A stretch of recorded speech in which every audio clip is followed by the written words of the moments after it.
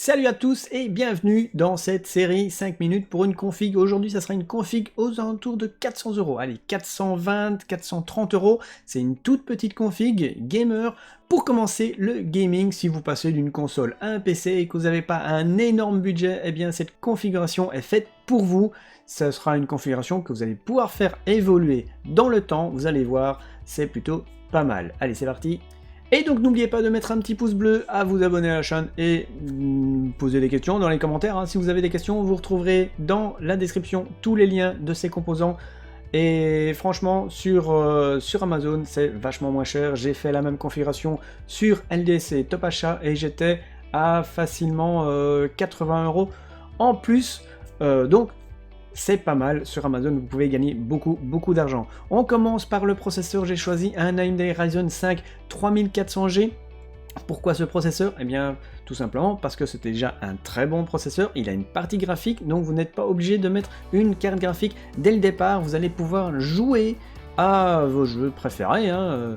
Ça sera pas, vous n'allez pas avoir 140, 160 FPS sur tous vos jeux, mais si vous vous mettez en faible, eh bien vous allez vous en sortir correctement aux alentours de 50-60 FPS. Mais vous allez pouvoir faire évoluer cette config puisque vous allez pouvoir économiser un petit peu pour rajouter une carte graphique plus tard ou même un petit peu plus de RAM. Donc voilà, c'est un excellent processeur, 4 cœurs, 8 threads et vous allez pouvoir vraiment vous amuser. Ensuite, on va le mettre sur une carte mère MSI B450M A Pro Max. C'est une bonne carte mère, il y a vraiment tout ce qu'il faut. Il y a 2 slots de RAM. Pour l'instant, on ne mettra qu'une barrette de RAM, mais on va le voir tout de suite après. C'est vraiment une très bonne carte mère et ça sera suffisant pour ce processeur. Et même si vous voulez changer de processeur, si vous voulez mettre un Ryzen 5 3600, vous allez même pouvoir le mettre plus tard si vous voulez faire un petit upgrade. Ensuite, pour la mémoire RAM, je disais, on met une barrette de 8 Go à 3000 MHz, ce qui est vraiment déjà pas mal pour ce processeur. Et comme vous le voyez, ce sera 8 Go uniquement au départ, mais vous allez pouvoir évoluer avec une deuxième barrette de 8 Go, vous aurez 16 Go en tout. Plus tard, si vous avez le budget, c'est vraiment pas cher. Si vous avez le budget dès le départ, eh bien mettez 2 barrettes de 8 Go, c'est très bien. Ici, vous l'avez pour 38 €, c'est vraiment très bien, c'est un très bon prix. Ensuite, on met un SSD de 240 Go pour mettre Windows, quelques petits programmes et quelques petits jeux. Par après, si vous voulez faire évoluer votre config et avoir plus de place, vous pouvez rajouter un second SSD ou vous pouvez rajouter un HDD pour stocker vos photos, vos vidéos et tout ça. Eh bien, c'est pas nécessaire de rajouter un disque dur supplémentaire dès le départ. Si vous n'avez pas le budget, économisez un petit peu pour pouvoir le faire par après. Ça sera tout à fait faisable. Ensuite, pour placer tout ça, on met tout ça dans un boîtier Cooler Master Masterbox Q300L. C'est un très bon boîtier, il est très joli. Voilà, il est un petit peu particulier, on aime ou on n'aime pas, mais c'est un boîtier micro ATX. Vous allez pouvoir mettre donc cette carte mère de chez MSI, qui est une micro ATX, dans ce boîtier, qui est vraiment très bien.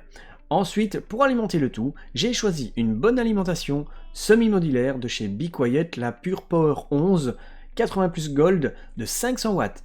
Alors, pourquoi j'ai choisi cette alimentation? C'est peut-être beaucoup pour la config que j'ai choisie, mais si vous rajoutez une carte graphique par la suite, eh bien c'est quand même nécessaire d'avoir une bonne alimentation.